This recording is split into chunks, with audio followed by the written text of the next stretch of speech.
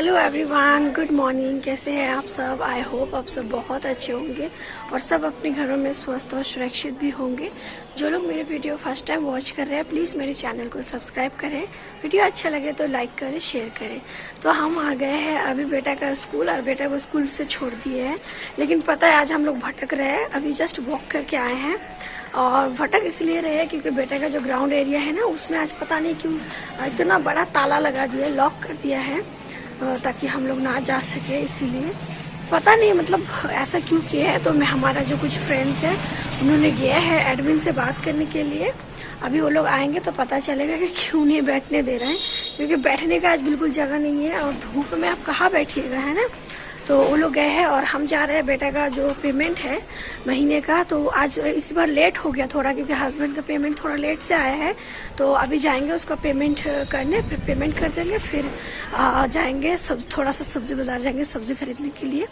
तो चलिए पहले वहाँ कर देते हैं, सब्जी ले लेते हैं, फिर आप लोगों से मिलते हैं। Okay, hello everyone. तो फाइनली हम लोग आ गए हैं सब्ज़ी मार्केट और यहाँ पर लेंगे। तो देखिए ये कौन सी सब्ज़ी है, कोई बता सकते हैं मुझे? अगर कोई बता सकते हैं तो प्लीज़ मुझे कमेंट करके बताइएगा।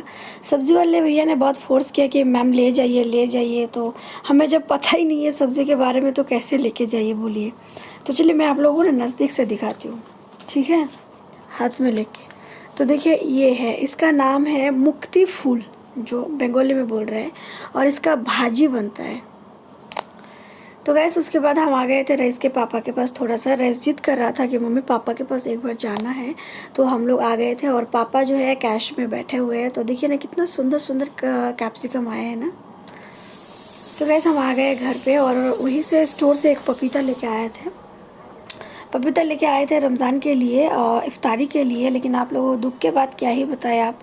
तो पपीता को काटने तो हम बैठ गए, ऊपर से तो ये येलो येलो था लेकिन अंदर से वाइट वाइट निकल गया, मतलब पका ही नहीं ठीक से। पपीता जो था ना बहुत एकदम होता है ना, उसका टाइम से पहले जो पका दिया जाता है कार्बाइड से, वो कर दिया गया। तो इसलिए अंदर से बिल्कुल वाइट से निकल रहा है और ऊपर पीला वाला था। तो चलिए इसको कट कर लेते हैं, फिर मिलते हैं आप लोगों से। हे गाइस, तो फाइनली इंतज़ार ख़त्म हो गया और हो रहा है इफ्तारी का टाइम। और अभी बज रहा है 5:30 और हम लगे पड़े हैं इफ्तारी की तैयारी में। तो आज इफ्तारी में जो भी फ्रूट्स है वो कट करेंगे। और ये आप मेरे हाथ में देख रहे हैं, तो मैं जा रही हूँ अपने शरबत को बनाने के लिए। तो चलिए फटाफट से इफ्तारी को रेडी कर लेते हैं और इफ्तारी भी कर लेते हैं, फिर आप लोगों से अच्छे से मिल के बात करेंगे। ओके, सो चलिए इफ्तारी कर। तो गैस हम यहाँ बना रहे हैं शरबत। तो मैं आप लोगों के साथ पहले एक चीज़ क्लियर कर देती हूँ। ये जो शरबत बन रहा है ना, 3 गिलास शरबत बन रहा है, एक मेरी सास के लिए, एक मेरे ससुर के लिए और एक मेरा बेटा के लिए। तो नींबू डाल के बनाया जा रहा है। इसमें से मेरा कोई हिस्सेदारी नहीं है, क्योंकि मैं एक बूंद भी नहीं पीने वाली हूँ, क्योंकि इसमें बहुत ज़्यादा चीनी डाला हुआ है। इसलिए मैं प्लेन पानी लेती हूँ और कभी मुझे मन करता है तो थोड़ा सा रूह अफ़ज़ा डाल लेती हूँ, नहीं तो ऐसे प्लेन पानी पीती हूँ इफ्तारी के टाइम। और उसके बाद 2 खजूर लेती हूँ और पानी अपना जो होता है वो ले लेती हूँ, जो मेरा इफ्तारी रहता है वो लेती हूँ।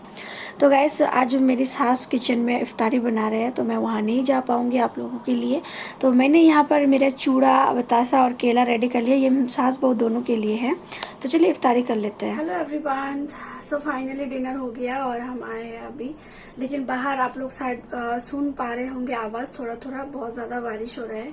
पता नहीं जब से रमज़ान स्टार्ट हुआ है ना, बारिश मतलब ऊपर वाले ने इतना मेहरबानी किया है कि सोच रहे हैं कि मेरे जो बंदे हैं इतना धूप में प्यास में रोज़ा रख रहे हैं मेरे लिए, तो रात को तो बारिश किया ही जाए। तो इसीलिए बहुत ज़्यादा बारिश हो रही है और अच्छा भी लग रहा है। अभी एकदम पूरा सन्नाटा हो गया, शांत हो गया और ठंडा भी हो गया, फैन चलाने का कोई ज़रूरत भी नहीं है। तो गैस एक चीज़ मुझे आज आप लोगों से शेयर करना था। बहुत अजीब सा लग रहा है, बहुत बेचैनी सा महसूस भी हो रहा है, मुझे अच्छा नहीं लग रहा बिल्कुल भी। तो हुआ आज एक न्यूज़ देखा मैंने, अभी जस्ट देखा। एक 6.5 साल की बच्ची जो बिल्डिंग से नीचे आती है कचरा फेंकने के लिए, लड़की, तो उसको ऊपर से किसी ने बुलाया और बच्ची का रेप किया। अब सोच सकते हैं 6.5 साल की बच्ची का रेप किया, उसके बाद उसका गला काटा, उसको चाकू से मारा, फिर उसको बोरे में भर दिया।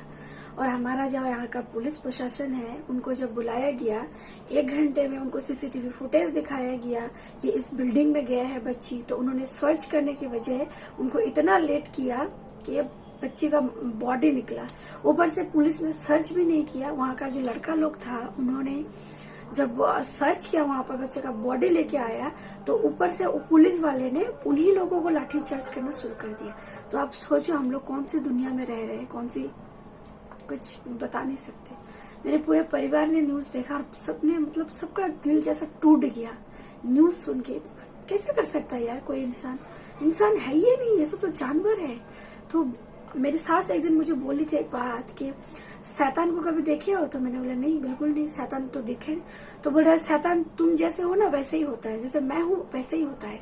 शैतान कोई कुछ और चीज नहीं होता है, इंसान ही शैतान होता है। हर इंसान के अंदर ही शैतान रहता है। तो इंसान जैसे दिखता है शैतान भी वैसा ही दिखता है। तो आज वो बात मुझे समझ में आया कि उन्होंने बिल्कुल सही कहा था। तो गाइस क्या कर सकते हैं, ऊपर वाले उनके आत्मा को शांति दे, उनके माँ बाप को